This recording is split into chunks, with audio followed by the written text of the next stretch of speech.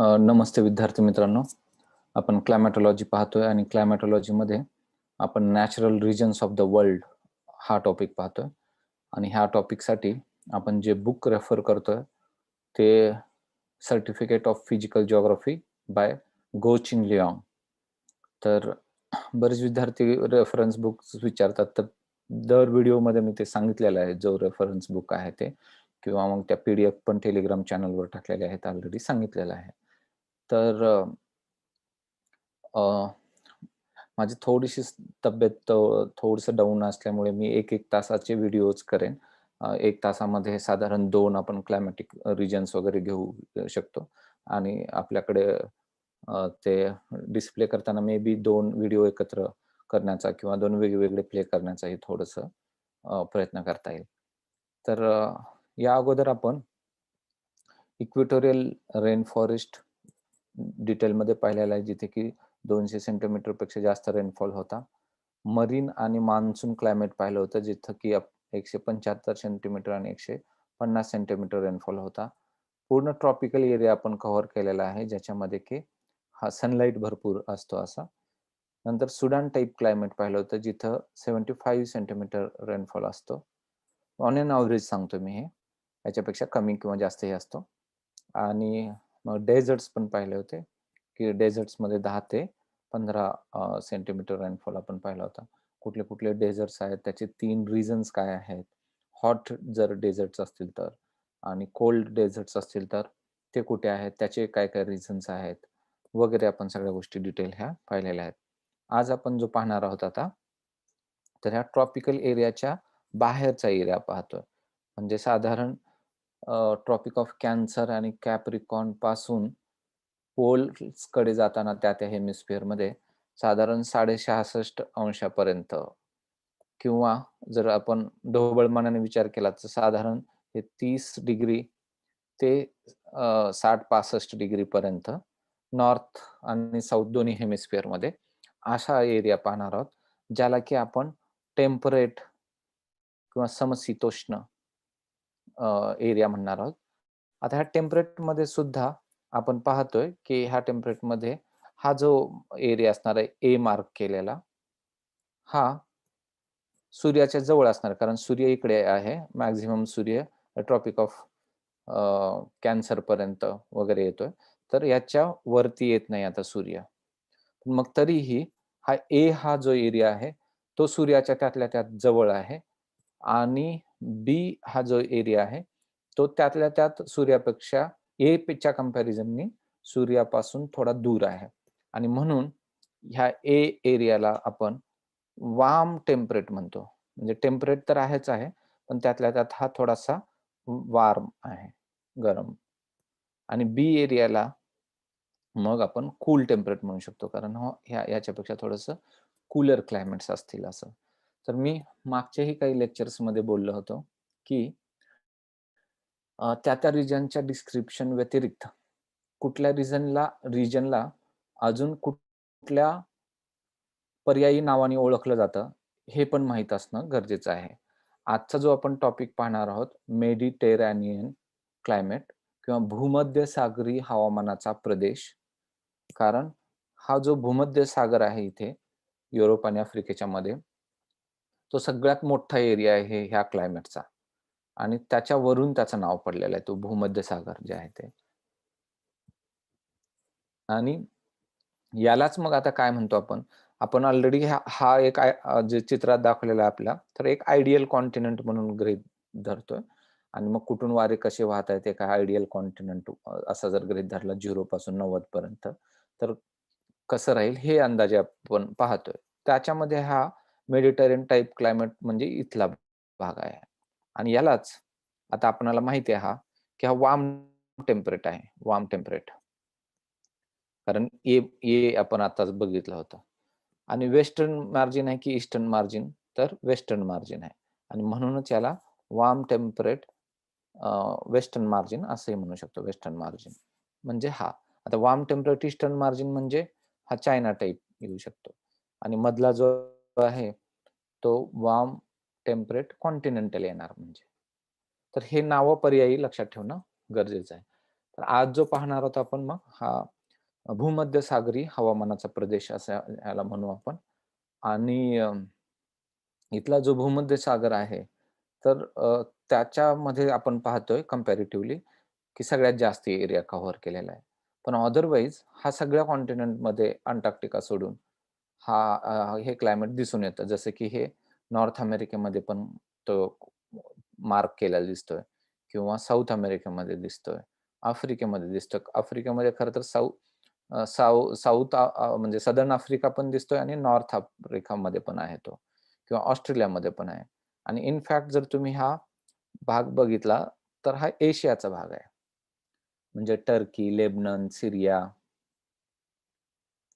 तिथे सायप्रस वगैरे, इस्राईल. तर ह्या सगळ्या कंट्रीजमध्ये हे सिमिलर टाइप ऑफ क्लायमेट आहे. म्हणून ह्या सगळ्या क्लायमेट कंट्रीजमध्ये दिसेल. वेस्टर्न मार्जिनला जर तो एरिया साधारण 30 ते 40 डिग्री मध्ये असेल तर. साउथ असो किंवा नॉर्थ असो, नॉर्थ किंवा साउथ 30 ते 40 डिग्रीच्या मध्ये असला पाहिजे. आता हा जरी एरिया आपण पाहिला, तर साधारण हा 30 डिग्री नॉर्थ ते 40 डिग्री नॉर्थच्या दरम्यान आहे किंवा हा एरिया आता पाहिला, तर हा सुद्धा मग 30 डिग्री ते 40 डिग्री हे साऊथ हेमिस्फिअरमध्ये आहे. मग हे 30 डिग्री कारण इथेच बघतोच आहे आपण. 30 डिग्री ते 40 डिग्रीच्या दरम्यान वेस्ट कोस्टला असणार आहे. ह्या वेस्ट कोस्टला, ह्या वेस्ट कोस्टला, ह्या इथल्या वेस्ट कोस्टला, इथल्या वेस्ट कोस्टला, इथे पण, इथे पण. तर 30 टू 40 डिग्रीला. आणि हा क्लायमेट जे होता, तो होण्याचं मुख्य कारण काय होतं? तर shifting of wind belt. Wind belt हे समर आणि विंटरमध्ये सूर्याच्या अपॅरंट मूव्हमेंटनुसार ते नॉर्थ किंवा साऊथला शिफ्ट होतात आणि त्याच्याबरोबरच हाय प्रेशर सेंटर पण शिफ्ट होतो. विंटरमध्ये ते हाय प्रेशर खाली आलेलं असतं, म्हणजे विषुववृत्ताकडच्या बाजूला. आणि हे जे मेडिटेरियन एरियाज जे दाखवलेले आहेत, ते सगळे ऑनशोर वेस्टर्ली विंडच्या एरियात येतात. जे की ऑलरेडी मी सांगितलेलं आहे. तुम्ही त्या विंड्स तुम्हाला ऑलरेडी व्हिडिओ पाहिलेला असेल. नसेल पाहिला तर तो पाहायला लागेल तरच ते लक्षात येईल. आणि त्याच्यामुळे मग हे फक्त विंटरमध्ये रेनफॉल होणारा हा एरिया आहे. समरमध्ये रेनफॉल नसतो. इनफॅक्ट बाकी सगळीकडे समरमध्ये रेनफॉल होतो तेही जास्त. आणि इथे समरमध्ये रेनफॉल नाही आणि विंटरमध्ये मात्र रेनफॉल आहे. इथे विंटरमध्ये रेनफॉल झाला नसता, तर हे डेझर्टच असते. आणि हे सगळे एरिया जे आहेत आत्ता पण डेझर्टला लागून आहेत. आता इथल्या आटाकामा डेझर्टला लागून आहे. इथे नामीब आणि बोट्स्वानाच्या तो कालाहारी डेझर्टला लागून आहे. इथे वेस्ट ऑस्ट्रेलियन डेझर्टला लागून आहे. इथे सहारा डेझर्टला लागून आहे किंवा इथे अरेबियाच्या सुद्धा डेझर्टला लागून आहे. इथेही यूएसएच्या डेझर्टला लागून आहे. तर एक लक्षात घ्या, हे सगळे डेझर्टला लागूनच आहेत. आणि केवळ विंटरमध्ये पाऊस पडतो म्हणून हे डेझर्ट होता होता वाचलेले पण आहेत. त्यामुळं आणि तसं का झालंय ते शिफ्टिंग ऑफ विंड बेल्ट जे आहे ते त्याचं कारण आहे. आता हे आहे कुठल्या एरियामध्ये मग ह्या भूमध्य सागरी हवामानाच्या एरियाच्या जवळ जर पाहिलं, तर आफ्रिकेमधले मोरोक्को, अल्जेरिया, ट्युनिशिया हे ह्या नॉर्थचे देश आहेत. तर तिथे हा मेडिटेरियन टाइप क्लायमेट आहे नॉर्थला. मोरोक्कोला पण आहे, अल्जेरियाला पण आणि ट्युनिशियाला पण. आणि पुढे थोडाफार लिबियाला पण. इकडे आपण जर पाहिलं एशियामध्ये, तर हा टर्कीचा एरिया किंवा इथं सीरिया, लेबनन, इस्राईल हे जे एरियाज आहेत, तर तिथं तो मेडिटेरियन क्लायमेट आहे. आणि मेडिटेरियन जेव्हा केव्हा म्हणू, सिंपल लक्षात ठेवायचं की विंटरमध्ये रेनफॉल होणार. म्हणजेच हा जर तुमचा अर्गोग्राफ असेल असं जानेवारी, फेब्रुवारी, मार्च येते, तर आपण ऑलरेडी पाहिलंय की जून, जुलैमध्ये सगळ्यात जास्त टेम्परेचर असतात. आणि इकडे जानेवारी किंवा डिसेंबरमध्ये हे कमी टेम्परेचर आहे. याच्यावरून आपल्याला हा नॉर्थ हेमिस्फिअर मधला एरिया आहे कळू शकतं. कारण नॉर्थ हेमिस्फिअरमध्ये जून, जुलैमध्ये असतं टेम्परेचर जास्त. साऊथ हेमिस्फिअरमध्ये याच्या उलटं. तर पाऊस इथे नसणार म्हणजे जून, जुलैमध्ये. कारण समर आहे हा, विंटरमध्ये असणार म्हणजे ह्या ठिकाणी कुठेतरी पाऊस असल्याचं दिसेल. असा ग्राफ दिसला तर ओळखायचं की हा मेडिटेरियनचा ग्राफ आहे किंवा तो उलटा असा असेल तर तो एकतर साऊथ हेमिस्फिअरला मध्ये राहील मग आणि पाऊस जो आहे तो कमी टेम्परेचर असताना असणार म्हणजे पाऊस इथे असणार कमी टेम्परेचरमध्ये म्हणजेच विंटर हा त्याचा अर्थ होतो. पुढे आपण बघणारच आहोत ते. याच्या व्यतिरिक्त स्पेनला आणि पोर्चुगलला पण म्हणजे हा आयबेरियन पेनिन्सुला ज्याला म्हणतो आपण, तिथं मेडिटेरियन टाइप क्लायमेट आहे. फ्रान्सचा साऊथ भाग जो आहे इथे मार्सेली वगैरे शहराच्या आसपास, तर तिथे मेडिटेरियन टाइप क्लायमेट आहे. किंवा इटलीचा, ग्रीसचा हा साऊथ भाग जो आहे, तर तिथे सुद्धा मेडिटेरियन टाइप म्हणजे भूमध्य सागराला लागून सगळं पूर्ण एरिया त्यांनी कव्हर केलेला आहे, असं एकंदरीत दिसतंय.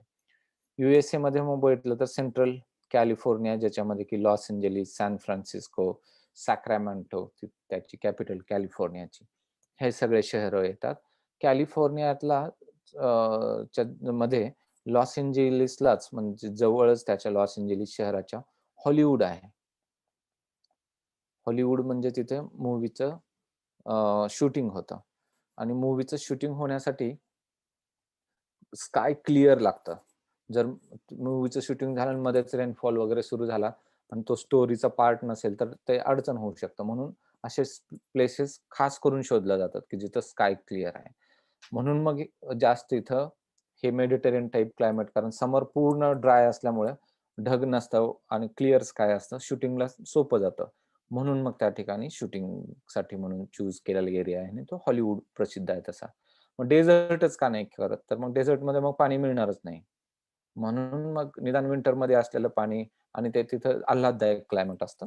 म्हणून समर्स जे एकदम ड्राय असतात, तर अशा ठिकाणी ते इंडस्ट्री डेव्हलप झालेली आहे तिथं हॉलिवूड म्हणून, जे की लॉस एंजेलिस शहरापासून साधारण 30 किलोमीटर अंतरावर आहे.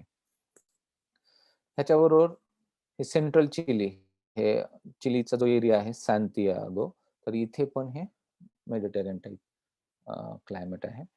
खरं तर हे सगळ्यात बेस्ट जर कुठे डेव्हलप झालं असेल तर ते चिलीमध्ये झालेलं आहे. एकदम परफेक्टली जर एक्झाम्पल म्हटलं तर. पण तरीही नाव याचं भूमध्यसागरी हवामान असं म्हटलं जातं चिलियन वगैरे म्हणण्यापेक्षा कारण जास्त एरिया जास्त आहे इथे. म्हणून त्याला मेडिटेरेनियन क्लायमेट असं म्हणतात. विंटरमध्ये रेनफॉल होणाऱ्या ह्या क्लायमेटला. पश्चिमी वारे हे ऑनशोर येतात विंटरमध्ये आणि ह्याच काळामध्ये समरमध्ये म्हणजे हे बेल्ट जे आहेत हाय प्रेशरचा इथं आलेला असतो. प्रत्येक समर म्हणजे सूर्य इकडे वरती आलेला आहे आणि त्यामुळे सगळे बेल्ट जे आहेत ते नॉर्थ जातात आणि इथून हे असे ट्रेड विंड्स व्हायला लागतात ऑफशोअर आणि म्हणून आता जर ह्या भागातून असे विंड्स येत असतील, तर ते पाणी घेऊन येणार नाहीत. ह्या भागातून असे विंड्स येत असतील तर. हे सिमिलरली इकडे हे असं होतं आणि त्यामुळे विंटरमध्ये मग जेव्हा हे हाय प्रेशर सेंटर विंटरमध्ये खाली जातो हाय प्रेशर. म्हणजे विंटरमध्ये सन इकडे आलेला असतो म्हणजे साऊथ हेमिस्फिअरमध्ये आणि त्यामुळे वेस्टर्ली जे विंड्स आहेत हे हाय प्रेशर टू इकडचा जो लो प्रेशर असतो. ओव्हरऑल जे आपण 30 डिग्री 60 डिग्रीला बघितलेले. त्यामुळं ऑनशोअर वेस्टर्ली विंड्स येतात ह्या मेडिटेरियन क्लायमेटमध्ये आणि त्याच्याबरोबर इव्हन काही सायक्लॉनिक, टेम्परेट सायक्लॉनिक जे काही डिप्रेशन्स किंवा विंड्स आहेत ते पण येतात आणि म्हणून तिथे तशा विशेष प्रकारचा क्लायमेट ची निर्मिती झाली. अशा क्लायमेटमध्ये समर एकदम खूप सनी असतात म्हणजे पूर्ण सूर्यप्रकाश असतो सनमध्ये. त्याला लागूनच ब्रिटन, युरोप वगैरे आहे म्हणजे ब्रिटिश टाइप क्लायमेट असणार आहे. तर त्यांना सूर्याच्या किरणांचं खूप म्हणजे अप्रूप असतं की म्हणजे गरज वाटते कारण बॉडीला सनलाईटची गरज असते म्हणून आणि मग अशा सनलाईट असलेल्या एरियामध्ये मग खूप मोठ्या प्रमाणात टुरिस्ट येतात. समर थोडेफार एकदम हॉट राहत नाहीत. वार्म समर राहतात आणि विंटर पण खूप असं चिल्ड नसतात. तर कूल विंटर असतात आणि थोडा पाऊसही असतो तेव्हा. तर त्यामुळे इथे मॅक्सिमम प्रमाणात वर्षभर पण टुरिस्ट असल्याचं दिसतंय आणि हे मेडिटेरेनियन टाइप ऑफ क्लायमेट म्हणा, फूड म्हणा, हे जगभर त्याच्यामुळे टुरिस्ट ह्याच्यामध्ये पण जास्त प्रसिद्ध असल्याचं दिसून येतं. मग चिलीला जसं आहे तसं साऊथ आफ्रिकेला मग सुद्धा एक केप टाउन नावाचं शहर आहे तिथे. तर तिथे आपण केप टाउनच्या कधी-कधी न्यूज ऐकतो, पाण्याची कमतरता आहे वगैरे. तर आपण समजू शकतो की समरमध्ये जर पाऊसच नसेल आणि जे काही पाणी आहे ते विंटरमध्ये असणार आणि तेही जर कमी होत चाललं, तर तिथे स्केअरसिटी राहणार, पाण्याची कमतरता. तर ते कळू शकतं आपल्याला त्याच्यावरून. हे साऊथ आफ्रिकेमधलं इथं एक शहर आहे, की जिथं विंटरमध्ये रेनफॉल होतो आणि ऑस्ट्रेलियामध्ये मग जर बघितलात तुम्ही, तर पर्थ म्हणून एक शहर आहे इथे आणि इथे 2 शहरं आहेत जवळ-जवळचे साधारण, तर अडलेड आणि मेलबर्न म्हणून. हे सगळेच ह्या ह्या वाऱ्याच्या पट्ट्यात येतात आणि म्हणून इथं विंटरमध्ये रेनफॉल होतो आणि त्यालाच आपण मेडिटेरियन टाइप क्लायमेट असंही म्हणतो.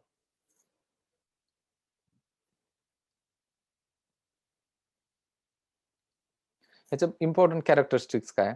ते it is characterized by dry warm summer. Summer हे वार्म आहेत, एकदम हॉट पण नाहीत आणि हे ड्राय आहेत. समरमध्ये रेनफॉल नाही आहे. तसं पाहिलं तर हे एकमेव क्लायमेट असतं. कोपननं ह्याचं क्लासिफिकेशन केलंय. कोपन नावाचे जे जर्मन सायंटिस्ट होते त्यांनी आणि ह्या क्लायमेटला कॅपिटल सी आणि एस स्मॉल अशा प्रकारचं त्याचं नॉमेनक्लेचर केलेलं आहे. ते आपल्याला वेळ मिळाला तर आपण ते कोपनचं क्लासिफिकेशन बघणार पण आहोत. विंड्स जे आहेत, वारे, दे आर ऑफशोर ड्युरिंग समर. तर समरमध्ये हे विंड्स हे अशा दिशेने वाहतात आपण पाहिलं होतं. ट्रेड विंड्स आहेत किंवा हे असे. मग ते जर जमिनीकडून समुद्राकडे येणार असतील हे वारे, तर मग पाऊस यायचा काही प्रश्नच नाही.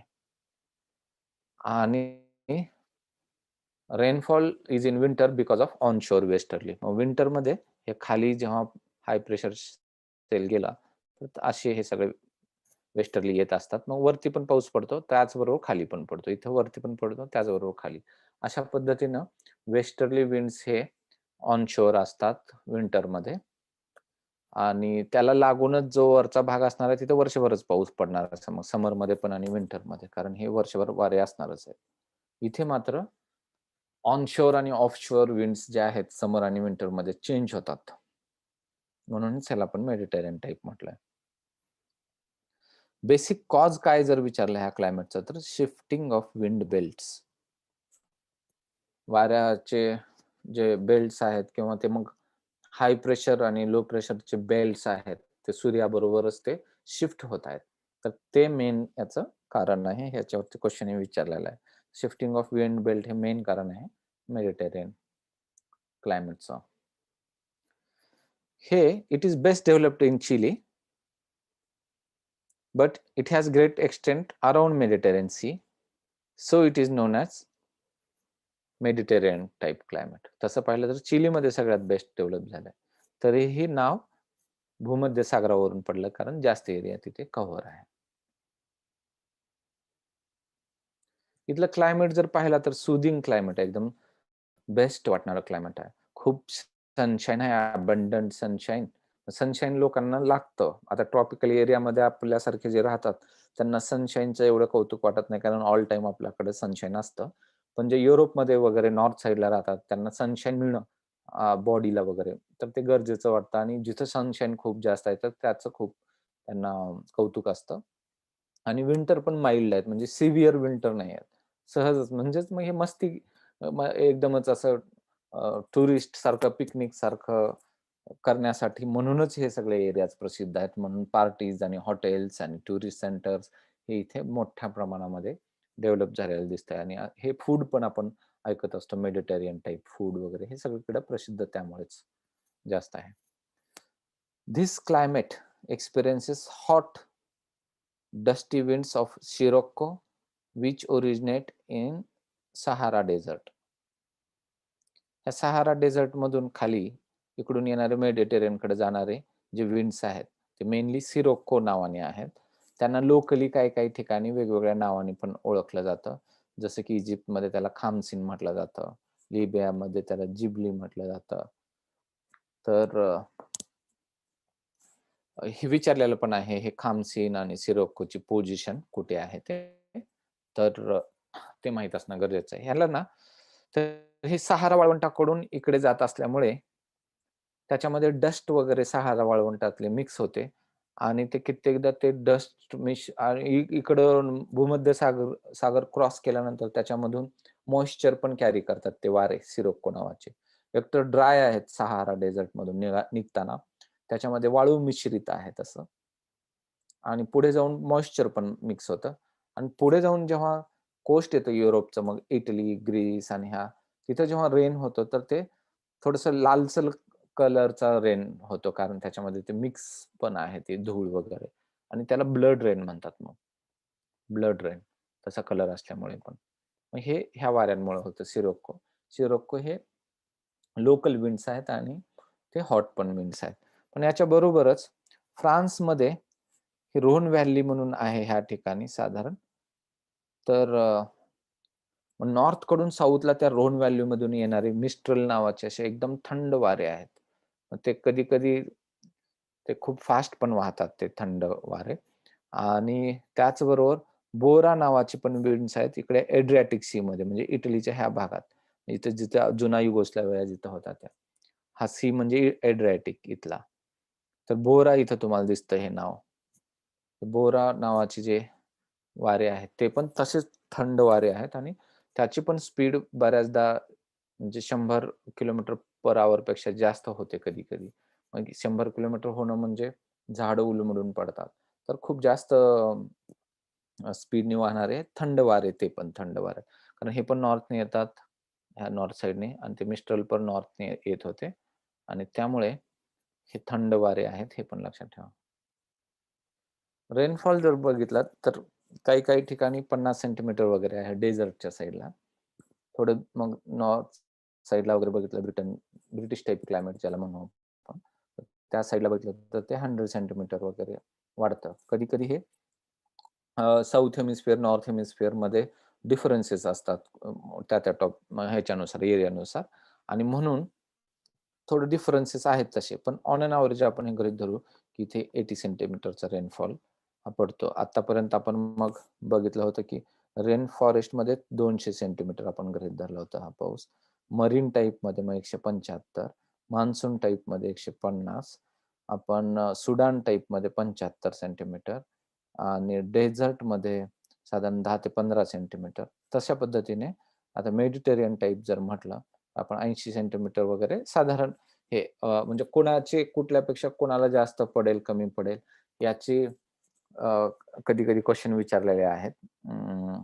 डिक्रीजिंग आणि इन्क्रीजिंग ऑर्डर. तर ते ओळखता यावं म्हणून मग मी ते सांगतो तुम्हाला. पण हा असा जरी असला तरी rainfall differs from place to place. मग डिपेंडिंग ऑन द रिलीफ म्हणजे डोंगर काय आहे तिथे काय नाही त्याच्या नुसार पण तिथे फरक पडतो लोकल लेवलला किंवा मग थोडं समुद्रापासून म्हणजे आतल्या बाजूला आहे का काय वगैरे त्याचा थोडाफार फरक पडतो. पण तिथं सायक्लोन्स जे आपले टेम्परेट सायक्लोन आहेत टेम्परेट, तर त्याचा इफेक्ट किती आहे बाबा?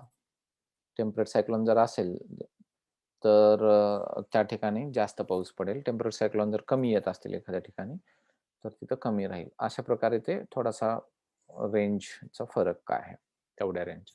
अॅन्युअल रेंज ऑफ टेम्परेचर जर बघितलात तुम्ही, तर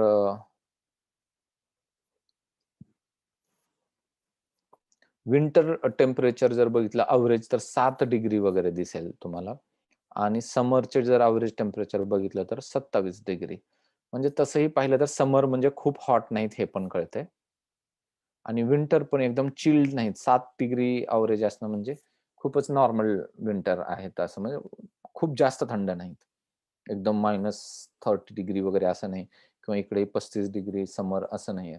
तर ते कम्फर्टेबल क्लायमेट असल्याचं दिसतंय. काही-काही ठिकाणी हे 20 ते 27 पण डिग्री असू शकतं समर टेम्परेचर आणि विंटर सुद्धा खाली आलं तरी 4 ते 10 च्या दरम्यान म्हणजे प्लसमध्येच आहे, मायनसमध्ये नाही आहे. ट्रॉपिकच्या बाहेर. तर म्हणून हे कम्फर्टेबल क्लायमेट समजलं जातं. आता इथं half the year is dry and hence natural vegetation is not very luxuriant. अर्धा तर वर्ष म्हणजे समर तर मध्ये पाऊसच पडत नाही. राहतो तो विंटरमध्ये पडतो. त्यामुळे झाडं-झुडपं जे आहेत, ते खूप असं जास्त प्रमाणामध्ये झाडं-झुडपं आलेत, असं होत नाही. कारण समरमध्ये जेव्हा सूर्यप्रकाश आहे, तेव्हा पाऊस नाही आहे. आणि जेव्हा पाऊस आहे, तेव्हा सूर्यप्रकाश कमी आहे विंटरमध्ये. आणि म्हणून तिथे स्टंटेड ग्रोथ असलेले झाडं-झुडपं दिसतील म्हणजे कमी उंचीचे आणि असं थोडंसं कमी डेन्सिटीचे. मग त्यामुळं trees with small broad leaves म्हणजे अशा प्रकारे जे चित्रात दिसतायत असे small broad leaves and are widely spaced and not very tall. म्हणजे इथे एक झाड आहे, दुसरा इथे एक आहे. म्हणजे थोडंसं स्पेसिंग दिसतं त्या झाडांमध्ये. एकदम गर्दी नाही आहे जसं की इक्वेटोरियल क्लायमेटमध्ये होतं किंवा इव्हन मान्सूनमध्ये होतं. तर त्यापेक्षा थोडंसं अंतर आहे. पण अगदीच असं सवाना एवढं पण नाही. सवानापेक्षा जास्त रेनफॉल होते आपण पाहतो इथं. सवानामध्ये 75 सेंटीमीटर बघितलं आहे तर त्यापेक्षा जास्त आहे.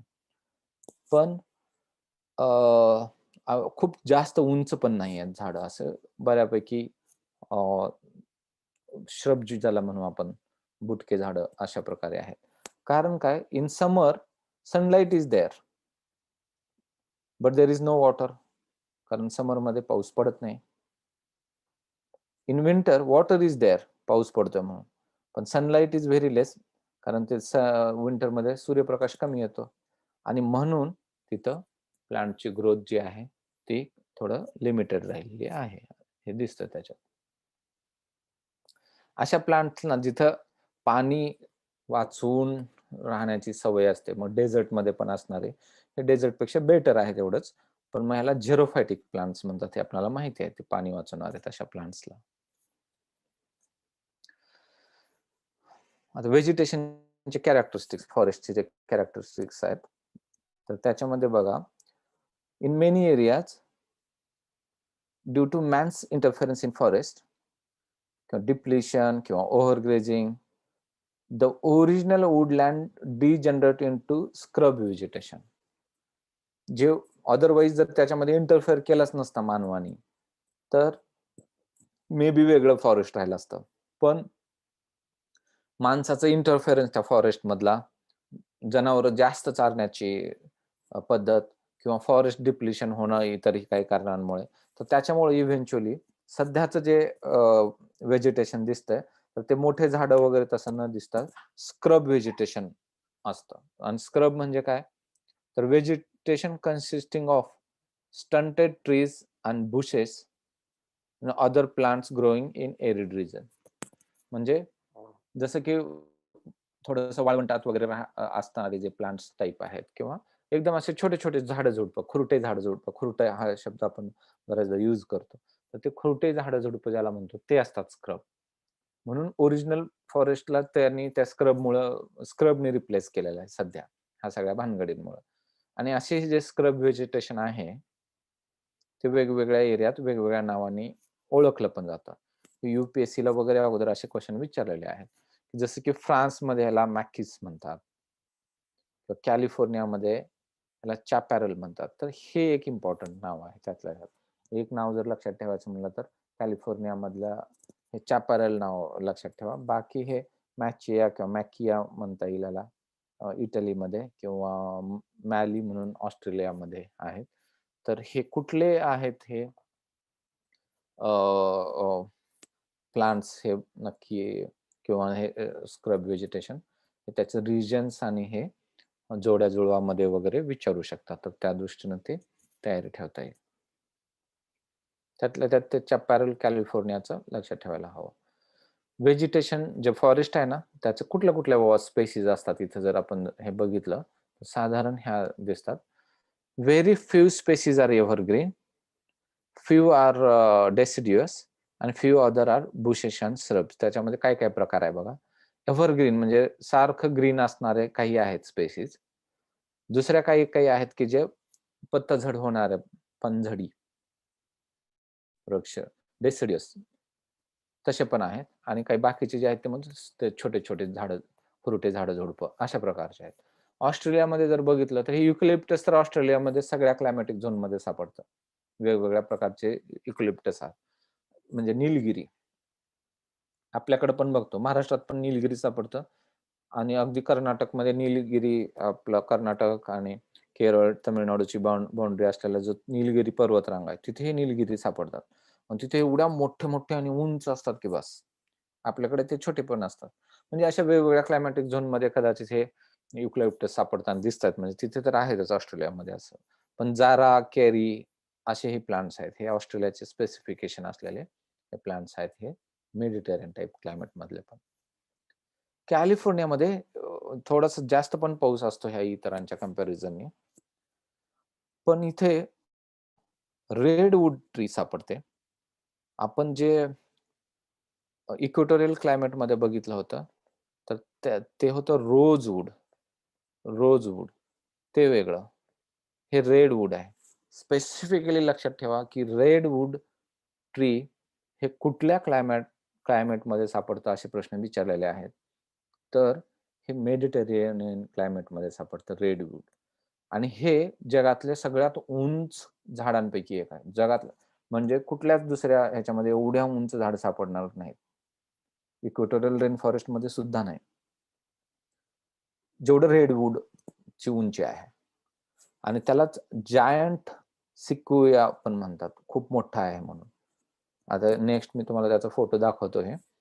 अमेरिकेमध्ये त्या कॅलिफोर्नियामध्ये वगैरे त्या झाडाच्या बुंध्यातून कट करून रस्ते वगैरे केलेले आहेत पूर्ण झाड कट करण्यापेक्षा आणि रस्ता पण वळवण्यापेक्षा मधूनच बोगदा करून त्यातून रस्ते जातात त्या रेडवूड मधून.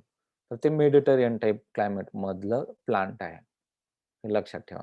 जसं की आपण आता प्रत्येकच एरियातले आपल्याला झाडं झुडपं माहीतच झालेले आहेत आता.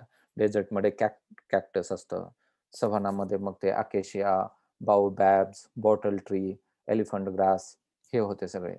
किंवा मान्सूनमध्ये आपण बांबू बघितलं होतं, टीक बघितलं होतं, साल बघितलं होतं. बांबू हे त्यातलं युनिक होतं. नीम होतं, शिसम होतं, बाकीचे.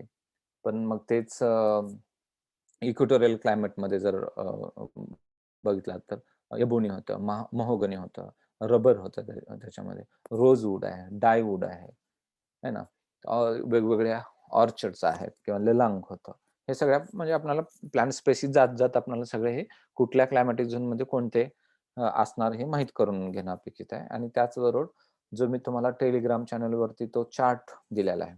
तो थोडा आता आम्ही तयारी करत असताना सगळे मिळून आम्ही ग्रुपनी वगैरे ते त्यावेळी बनवलेलं आहे. पण त्याच्यात तुम्हाला ते अजून थोडं फेअर चांगलं अक्षरात स्वतःचं बनवू शकता किंवा आहे ते झेरॉक्स पण तुम्हाला ठेवता येईल. त्याचा खूप उपयोग होणार आहे. कारण सगळे व्हेजिटेशन प्रत्येक क्लायमॅटिक झोन्स मधले एकत्र दिलेले आहेत. आणि दुसरेही म्हणजे ॲनिमल्स असतील, इकॉनॉमिक ॲक्टिव्हिटीज असतील, तर ते एकत्र चार्टमध्ये कंपॅरेटिव्ह पद्धतीने दिले असल्यामुळे ते सहजच तुम्हाला लक्षात यायला मदत होईल.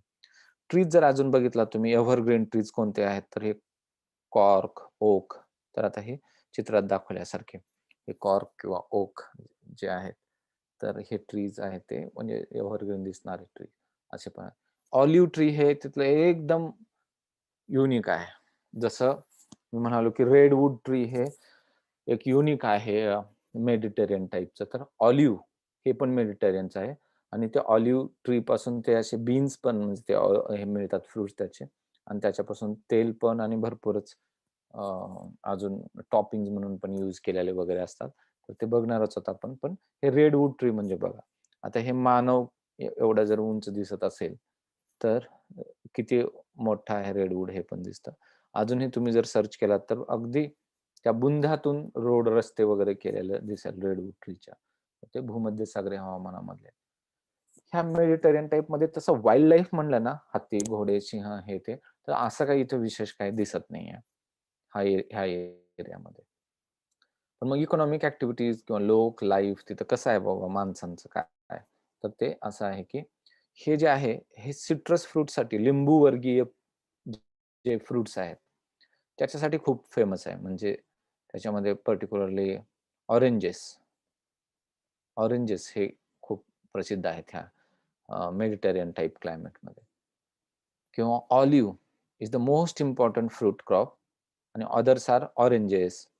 त्यानंतर फिग किंवा ग्रेप्स जे द्राक्षे किंवा अंजीर किंवा ऑरेंजेसला आपण संत्री म्हणतो ते ऑलिव्ह हे सगळे आता हे ग्रीन ऑलिव्ह आहेत हे दाखवलेले, पण पुढे अजून काही चित्र असतीलच, मी दाखवतो तुम्हाला. मग इथं सगळे फ्रुट्स येत असल्यामुळे मेडिटेरियन टाइप क्लायमेटमध्ये खूप मोठ्या प्रमाणात ह्या जगामध्ये जसं आपण इक्वेटोरियल रेन फॉरेस्टला एवढे झाडं होते, की त्याला लंग्स ऑफ द वर्ल्ड म्हटलं होतं. तसं मेडिटेरियन टाइप क्लायमेटला एवढे फ्रुट्स वगैरे आहेत, की याला ऑर्चर्ड्स ऑफ द वर्ल्ड म्हणतात. World's orchard land. ऑर्चर्ड किंवा बगीचा farming is characteristics of Mediterranean region. Hence, it is called as the world's orchard land.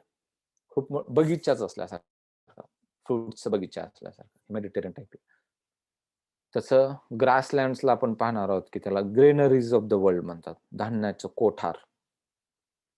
तशा प्रकारे फ्रुटचं कोठार कुठं आहे म्हटलं तर हे भूमध्यसागरीय हवामानाचा प्रदेश असा. हे ऑलिव्हचे फ्रूट हे इनफॅक्ट आपल्या पिझ्झावर वगैरे पण ते गोल गोल टाकलेले टॉपिंग जर दिसत असतील असे, तर ते पण ऑलिव्हला कट करून ते टाकलेले वरती राहतात. किंवा ह्याचं ऑइल पण असतं, जे एडिबल ऑइल, जे आपण खाण्याला यूज करू शकतो. कॉस्टली आणि हे चांगल्या प्रतीचं ऑइल म्हणून ते प्रसिद्ध आहे. आणि अशा अशा प्रकारे हे ऑलिव्हचं हे मेडिटेरियन टाइपचं वैशिष्ट्य असलेलं हे फ्रूट क्रॉप आहे. किंवा ऑरेंजेस, संत्री. इनफॅक्ट हे आता इथं प्रत्येक एरियाच्या आता एवढ्या सगळ्या कॉन्टिनेंटमध्ये हे दिसतंय क्लायमेट. प्रत्येक कॉन्टिनेंट वाईज, प्रत्येक देशावाईज हे जे काही संत्री आहेत त्यांची चव पण वेगवेगळी आहे आणि त्याची क्वालिटी, त्याची साईज वगैरे सुद्धा फरक आहे. म्हणून ह्या एरियातून येणारा एक स्पेसिफिक ऑरेंज हा तिथे प्रसिद्ध आहे आणि म्हणून जगभर हे खूप मोठ्या प्रमाणात तिथले ऑरेंजेस हे प्रसिद्ध आहेत किंवा द्राक्षे खूप प्रसिद्ध आहेत ह्या एरियात. आणि म्हणूनच इनफॅक्ट द्राक्षे खाण्यासाठी कमी असं डायरेक्ट, पण वाईन मेकिंगसाठी खूप मोठ्या प्रमाणात ह्या ठिकाणी यूज केले जाते. आणि ह्या जगातल्या सगळ्यात मोठ्या वायनरीजचे युनिट्स हे तुम्हाला हे मेडिटेरियन टाइप क्लायमेटमध्ये दिसतील. म्हणजे वाईन पासून मद्य बनवण्याची जी गोष्ट आहे, ती हे मेडिटेरियन टाइप वाईन पासून म्हणतो म्हणजे द्राक्षापासून वाईन बनवण्याची जी गोष्ट आहे, तर ती हे मेडिटेरियन टाइप क्लायमेटमध्ये दिसून येते. म्हणजे अशा ऑर्चर्ड्स आहेत मोठमोठ्या प्रमाणात. सारखं हे फ्रुटच्याच बाग बगीचे आहेत तिथे मेडिटेरियनमध्ये. आणि इकॉनॉमिक ॲक्टिव्हिटी जर बघितलात तुम्ही, तर 85% of grapes produced go for wine making. म्हणजे 15%च ते डायरेक्टली खाल्ले जाणार. पण अदरवाईज मग 85% जे आहेत, तर ते डायरेक्ट वाईन मेकिंगसाठी तिकडे फेस्टिव्हलच आहेत. म्हणजे आता फ्रान्समध्ये किंवा इतरही तिकडेच्या एरियांमध्ये. तर ते पूर्ण ग्रेप्स काढल्यानंतर फार्ममध्ये त्या एका मोठ्या टबमध्ये टाकले जातात आणि मग तो वाईन मेकिंगचा जो सीझन असतो, तो ग्रेप हार्वेस्टिंगचा, तर तो मोठ्या प्रमाणात सेलिब्रेट केला जातो. तुम्ही पाहिला पण असणार आहे मूव्हीजमध्ये इकडे-तिकडे, की ज्याच्यामध्ये सगळे ते पूर्ण फॅमिली मेंबर्स किंवा त्यांचे वर्कर्स वगैरे मिळून तिथे डान्स करतात त्या द्राक्षांच्या टबमध्ये, द्राक्ष खाली टाकून पायाने आणि मग त्याचं ते ज्यूस काढून मग पुढे ते वाईन मेकिंगची प्रोसेस सुरू होते. तर ते डान्स करण्याची जी गोष्ट आहे ती म्हणजे ते सेलिब्रेशनचा एक प्रकार आहे आणि त्याचं सिग्निफिकन्स त्याचं दिसतं ते वाईन मेकिंग हे मेडिटेरियन टाइप क्लायमेट मधलं. आता हे तर देश जे आहेत स्पेन म्हणा, पोर्चुगल म्हणा किंवा फ्रान्स आणि इटली म्हणा, म्हणजे त्या मेडिटेरियन मधले युरोपच्या साईडला असलेले, तर त्याच्यामध्ये वाईन हे नॅशनलच ड्रिंक आहे. जसं आपल्याकडे चहा वगैरे घेतो पाहुणे आल्यावर आपण सगळ्यांच्या समोर सगळ्या सोबत, तशा प्रकारे त्यांच्याकडं सगळ्यांच्या सोबत वाईन घेण्याची प्रथा आहे येणाऱ्या जाणाऱ्यांना किंवा काय. तर म्हणजे इट्स अ नॅशनल ड्रिंक. आणि प्रत्येक एरियामधून त्याचं पण क्वालिटी ठरलेली आहे. ह्या एरियामधल्या ह्या द्राक्षापासून हे बनवलं तर त्या वाईनला वेगवेगळे नाव आहेत. कारण त्याच्या टेस्टमध्ये ते डिफरन्सेस आहेत. म्हणून स्पेनमधून जी वाईन बनते त्याला शेरी म्हणतात. पोर्चुगलमधून जे बनते त्याला पोर्ट वाईन म्हणतात. फ्रान्समधून जे बनते ते शॅम्पेन म्हणतात. तेच तशाच पद्धतीने जर इंडियात आपण बनवलं किंवा दुसऱ्या कुठल्याही ठिकाणी फ्रान्समध्ये शॅम्पेन हा एरिया आहे. तिथे बेस्ट क्वालिटी द्राक्षापासून ती बनवलेली आहे म्हणून त्याला शॅम्पेन म्हणतात. जगभर प्रसिद्ध आहे आणि कॉस्टली वाईन म्हणून प्रसिद्ध आहे. तर तशाच प्रकारे जर जगभरात इतर ठिकाणी बनवली गेली त्या एरियातल्या द्राक्षापासून, तर त्याला स्पार्कलिंग व्हाईट म्हणतात. पण ऑब्व्हियसली टेस्टमध्ये फरक असणार. Sparkling white. पण कारण हे शॅम्पेन हे व्हाईट कलरची आहे म्हणून आणि बाकीचे जे आहेत ते रेडिश कलरचे. तर बुरगुंडी म्हणून रोहन व्हॅलीमध्ये, हे पण फ्रान्समध्येच आहे किंवा इटलीमध्ये शियांती, मार्शला अशा ह्या वाईनचे प्रकार आहेत आणि हे सगळे नाव तुम्हाला माहीत असणं अपेक्षित आहे. तसं पाहिलं तर हे पी पासून पी आहे, एस पासून एस आहे. शॅम्पेन हे नाव म्हणजे तिथल्या आता डिस्ट्रिक्टचंच नाव आहे बघा लक्षात राहिलं. हे शियांती, मार्शाला इटलीमधले नाव. तर त्याच्यामध्ये लक्षात ठेवता येईल कारण याच्यावरती जोड्या-जुळवामध्ये क्वेशन UPSCला अगोदर विचारलेले आहेत. तर वाईन मेकिंगमध्ये मग असे रेडिश कलरचे जे शियांती किंवा चियांती अशा नावाची इटालियन वाईन हे अशा प्रकारचं आहे. किंवा हे पोर्ट वाईन जे आहे ते पोर्ट पोर्चुगलचे आहे. शॅम्पेन जे आपण म्हणतो जसं म्हणलं की ह्याला स्पार्कलिंग व्हाईट पण म्हणतात आणि it comes from the Champagne district of France. अशा प्रकारे मग ऑरेंजेस जर विचार केला तर oranges in various Mediterranean climates are distinctive in their size, shape and taste. त्यांचा साईज वेगवेगळा आहे, शेप वेगवेगळा आहे ऑलमोस्ट किंवा मग टेस्ट आणि साईजमध्ये तरी फरक पडतो. मेनली टेस्ट ह्याच्यामधला. आणि मग कॅलिफोर्नियामधून येणारे जे काही संत्री आहेत त्याला सन किस्ट म्हणतात. इस्रायलमधून येणारे आहेत तर जाफा म्हणतात. वर्ल्ड वाईड प्रसिद्ध आहेत हे. एकदम स्वीट ऑरेंजेस. स्पेनमधून आलेले असतील तर त्याला सेवेली म्हणतात. तर अशा प्रकारचे हे ऑरेंजेस जे आहेत ते प्रसिद्ध आहेत. आता हे जाफा असं वरती लिहिलेलंच आहे. कारण हे कुठून आलेले आहेत, काय क्वालिटीचे आहेत कळावे म्हणून. ह्याची थिक जे फ्रूटच्या बघा हे स्किन जे असते ते थिक असते. कॉन्झर्व्ह करण्यासाठी मधलं ज्यूस. जर स्किन जर थिन असती तर कदाचित थोडं जरी प्रिझर्व्ह नाही केलं, ऊन वगैरे असेल तर ते ज्यूस मधलं ट्रान्सपिरेशन होऊन जाईल ना पाण्यात. ते होऊ नये म्हणून ते अडॉप्ट केलेलं आहे. स्किन एकदम थिक असते. आणि हे सनकिस्ट कॅलिफोर्नियाचे ऑरेंजेस हे सगळे प्रसिद्ध ऑरेंजेस आहेत. मग ऑलिव्ह जर बघितलं तर olive tree is the most typical of Mediterranean. जसं बांबू हे सव्हाना आय मीन मान्सूनचं एक टिपिकल एक्झाम्पल होतं. बांबू म्हटल्यानंतर मान्सून. तसं ऑलिव्ह म्हटल्यानंतर हे मेडिटेरियन. एवढं ते लक्षात राहायला पाहिजे. हे ऑलिव्हचे कलर पण वेगवेगळे आहेत असे. Mediterranean land account for 70% of the world export of citrus fruits. वर्ल्डचं जर एक्सपोर्ट सगळं कॅल्क्युलेट केलं तर मेडिटेरियन एरियामधून येणारे जे सिट्रस फ्रुट्स आहेत तेच 70% असतात जगामधले. तर म्हणजे मोठं कॉन्ट्रीब्युशन हे दिसतंय त्याच्यामध्ये. त्याच्यामध्ये जर सिटीज कोणकोणत्या आहेत हे जर आपण पाहिलं तर रोम जी की इटलीमधली सिटी आहे, ते कॅपिटलच आहे त्यांची. ती सिटी आहे. सॅन फ्रान्सिस्को हे कॅलिफोर्नियामध्ये, USAच्या कॅलिफोर्नियामध्ये ती सिटीला म्हणजे मेडिटेरियन टाइप आहे. म्हणजे तिथे विंटरमध्ये रेनफॉल होणार. किंवा कॅलिफोर्नियाची कॅपिटल सॅक्रामेंटो किंवा तिथे लॉस एंजेलिस पण बघितलंय. सॅन दियागो ही चिलीची कॅपिटल आहे. तर तिथं विंटरमध्ये रेनफॉल किंवा पर्थ म्हणजे हे ह्या ठिकाणी ऑस्ट्रेलियामध्ये किंवा मॅड्रिड आणि लिस्बन हे स्पेन आणि पोर्चुगलच्या कॅपिटल्स जे आहेत त्या इथे आहेत. केप टाउन म्हणून हे शहर आहे इथे. तर खूप मस्त शहर आहे ते केप टाउन पण. तिथं साईडलाच म्हणजे खाली शहर वसलेलं आहे आणि बाजूनी डोंगर रांग आहे आणि त्यातही एक डोंगर फ्लॅट आहे वरती, टेबल लँड असल्यासारखा. तर त्याच्या कधी आपण बघू पुढे वगैरे कुठे फोटोज मिळाले तरी. पण ते असं बेस्ट एक शहर आहे केप टाउन. तर त्याला काय फक्त विंटरमध्ये रेनफॉल होतो. तिथं वॉटर स्केअरसिटीचं पण आपण बोललेलो आहे. त्यानंतर अडलेड आणि अडलेड तर हे याच्यामध्ये ऑस्ट्रेलियामध्ये आहे. अंकारा हे टर्कीची कॅपिटल आहे आपल्या एशियामधले. तर हे साधारण ह्या ठिकाणी येते. आणि मार्सेली फ्रान्समध्ये, म्हणजे इथे मिस्ट्रल जिथे येतात त्या ठिकाणीच आहे मार्सेली, फ्रान्समध्ये कोस्टला आहे. खूप सुंदर शहर आहे ते पण.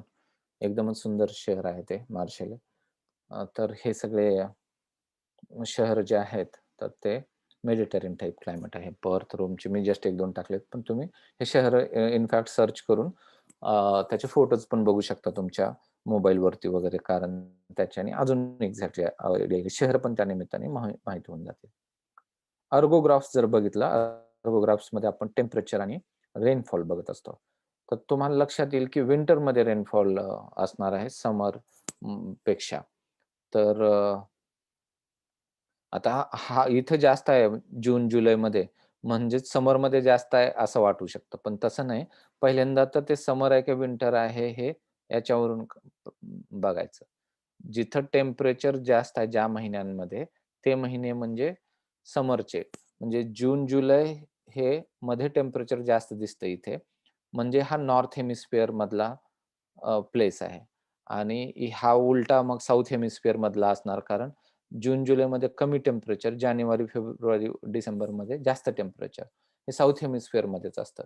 तर हे साउथ आफ्रिकेचं प्लेस आहे. म्हणजेच हे केप टाउन आहे. आणि तेव्हा कमी टेम्परेचर असताना रेनफॉल जास्त आहे इथे. किंवा हे कमी टेम्परेचर असताना रेनफॉल जास्त आहे. आणि हे रोम आहे इटलीमध्ये.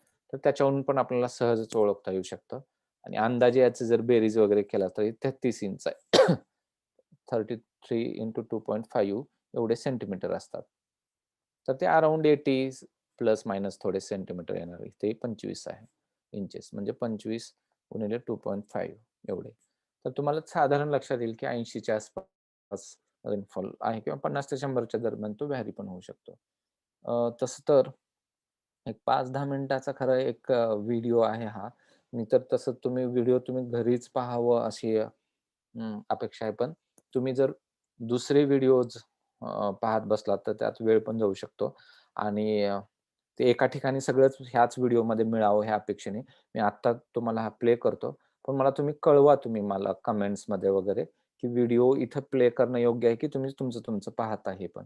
आणि दुसरं एक लक्षात ठेवा, व्हिडिओमध्ये काय बोललं जातंय, हे काही खूप त्याच्याकडे लक्ष ठेवायची गरज नाही. कारण ते मी ऑलरेडी टीच केलेलं आहे तसं महत्त्वाच्या गोष्टी परीक्षेच्या दृष्टीने. ते जे काही सांगितलं जाणार आहे त्यापेक्षा ते लँडस्केप कसं दिसतंय किंवा काय, हे जर तुम्ही माहीत करून घेतलात तर ते जास्त बेटर राहील. तर मी आत्ता तर व्हिडिओ प्ले करतो आणि नंतरचे व्हिडिओ मे बी आपण स्किप. व्हिडिओ तुम्ही घरी अशा प्रकारचे जे आहेत ते तुम्ही स्वतः पहा पण. त्याच्याने जास्त चांगली आयडिया येईल.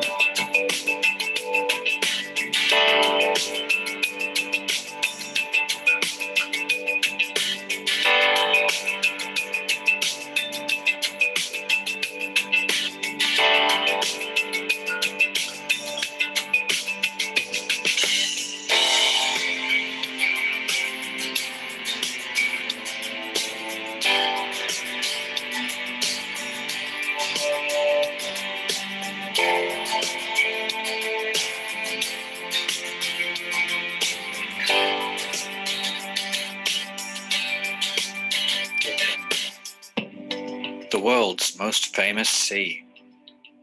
Endless coastlines and beaches. Histories and culture as rich as any on Earth.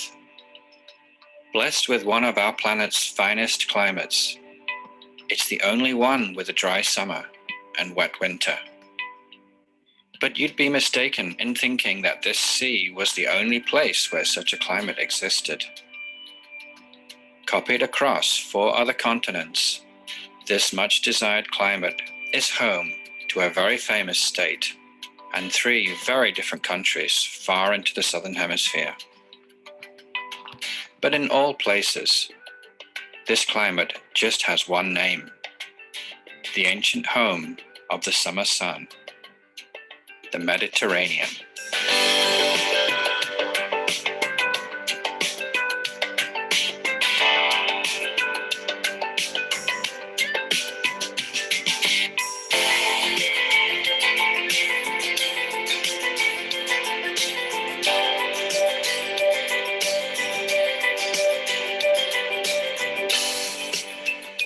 As we continue our journey in this series from equator to poles, it's now time to consider the second of the 3 climates occupying the temperate areas of the mid-latitudes, the Mediterranean climate. This climate zone has a similar temperature range to the humid subtropical that we covered in our last episode, between 20 and 35 degrees in summer and 5 to 20 degrees in winter. But the most immediate and striking aspect of this climate is in its rainfall pattern. Most world climates have their rainfall peak in the hottest months of the year, while others have year-round rain. But only one reverses the most common pattern. Only the Mediterranean climate has a dry summer and wet winter. To explain this unusual pattern, we have to consider both our earlier episodes on the tropical monsoons as well as the hot deserts. You might want to view those earlier episodes to really get what's about to follow. Due to the 23-degree tilt of the Earth, the convergence of trade winds in the tropics, called the doldrums, shifts north and south throughout the year. The band that lies on the poleward side of this band is usually dry due to extensive high pressures brought on by the downward component of the Hadley cell of tropical air movement. In summer, this band of high pressure is pushed further out toward the poles, away from the hot deserts and into the temperate zone, causing a long drought in this season. In winter, the doldrums are either back at the equator or in the other hemisphere, so the high pressure area also follows it back that way. This allows more unstable air to return in the form of oceanic westerly winds, which, when blown onto westward facing coasts, bring rain. This explains why the Mediterranean climate zones lie on the western fringes of each continent. The presence of the Mediterranean Sea at just the right latitude allows these westerlies to gather continual moisture as they travel east, extending the winter rain all the way to the coasts of Lebanon and Israel at the far end of the sea. The consistency of this climate type is well illustrated by comparing city graphs from the west to the east of the Mediterranean. We'll talk more about the westerlies in the next episode on the oceanic climate, since they are the dominant component of weather in those regions, lying immediately poleward to the Mediterranean areas. Because the Mediterranean summer is uniquely drought-filled compared to all other climates except deserts, this peak season of heat is accompanied by low humidity, what Californians love to call a dry heat. As perspiration is more efficient in dry air, this heat is a good deal more comfortable than, say, the humid summers of Georgia or Florida at the same latitude. There are 2 subdivisions of the Mediterranean climate within the Köppen classification system, both of which share the dry summers and wet winters just described, and differing only by temperature range. The first and most common form is CSA, which experiences a hot summer of at least 22 degrees averaged across the night-day cycle. This is known as the hot summer Mediterranean. Where the average summer temperature is below 22 degrees, this is known as the warm summer Mediterranean and has the Köppen code CSB. So where in the world do we find the Mediterranean climate? Well, the short answer is on every inhabited continent except Asia, which lacks the necessary west coast. We begin in Europe and the sea from which this climate gains its name. To the west of the Mediterranean, out in the Atlantic, the Azores experience warm, dry summers and wet winters.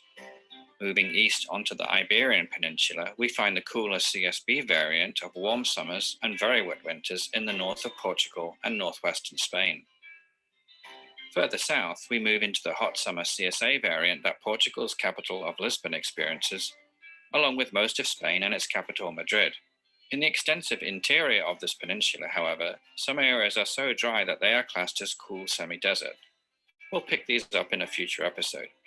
The wet winters that define the Mediterranean type extend deep into Morocco on the North African coast.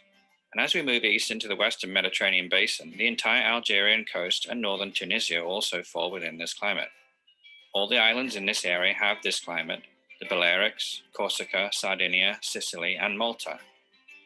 The north coast includes the luxurious Côte d'Azur of France, and this coast extends east into Italy, the heart of the Mediterranean, where the dry summer, wet winter pattern extends inland across all western and southern provinces, including the nation's capital, the Eternal City, Rome.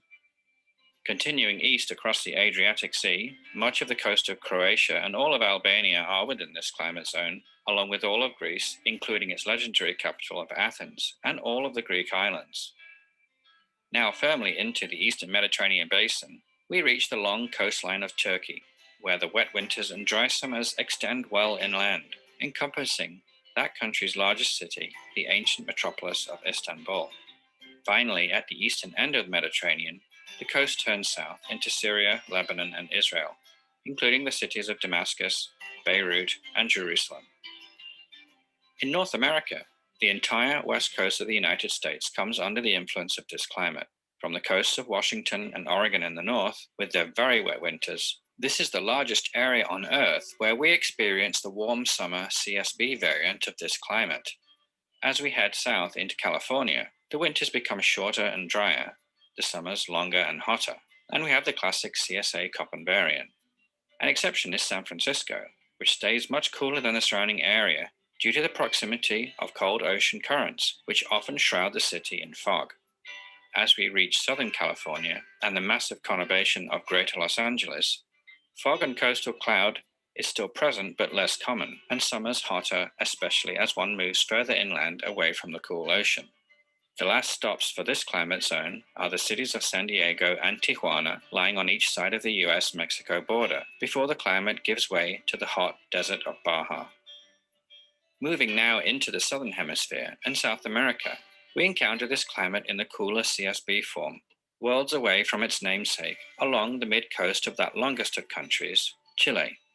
It's in this zone where most of that country's population lies, including the main port of Valparaiso and the capital Santiago. In Africa, south of the Namib Desert, we find the extreme southwest of South Africa, caught by the wet winter westerlies of the Mediterranean climate, most notably around the city of Cape Town, famous for its dramatic backdrop of Table Mountain. The last continent to experience this climate zone is Australia, where it brushes two parts of the south and west-facing coasts, firstly around Perth, the most isolated city in the world, in the far west, and again around the mid-southern city of Adelaide. Despite its dispersal across so many continents of the globe, the Mediterranean climate is proven as a particular inconsistent type by comparing temperature and rainfall graphs across each of these areas. So what kind of landscapes and vegetation do we find in the Mediterranean climate? Throughout the world, plants have adapted to survive the drought of summer, which, occurring at the hottest time of the year, places a particular challenge due to the very high evapotranspiration rates. The CSA hot summer areas all have a similar and distinctive look, something like the semi-arid desert, where shrubs form the dominant plant life, separated by patches of hardy grasses, bare earth, or rock. A distinctive hallmark of Mediterranean plants is the grayish-green appearance, a product of the hard, waxy layer of leaves designed to hold in moisture during the hot summer drought. In the cooler and wetter CSB areas, shrubland gives way to forest, and it is in such areas within California that we find the tallest trees in the world, the sequoias and redwoods. In Australia, the eucalyptus tree has adapted particularly well to summer droughts and is found throughout that continent. So successful is this family of trees in this climate that it has been exported to other Mediterranean climate zones where it has thrived. In terms of agriculture, the Mediterranean areas have two world-famous crops, grapes and olives. The drinking of wine from the fermented juice of grapes has gone on in the Mediterranean and Near East since ancient times, and in the last 2 centuries has been exported to all other Mediterranean climate areas, as wine drinkers will know from seeing bottles originating from California, Chile, South Africa, and Australia. The pressing of olives to produce olive oil has also gone on since ancient times, and to this day the oil is valued across the world for its health properties as well as its distinctive flavor. Many other crops are grown in these regions, of course, particularly wheat and citrus fruits, but these are more common in other climates than grapes and olives. The Mediterranean climate type is an example where climate has directly had an impact on humanity outside the world of agriculture. In one case, the Mediterranean itself is the world's most popular tourist area, seeing 1/3 billion visitors per year. With its endless coastlines and historical and cultural attractions, tourists come here in the summer knowing that they can enjoy guaranteed sunshine and warm weather. A second example is less obvious, and that is the world movie capital of Hollywood, California. In the early days of movie production, when film needed bright light, production companies located to Los Angeles, where for most of the year they could be guaranteed bright sunshine and no rain that would otherwise interrupt the shooting of movies.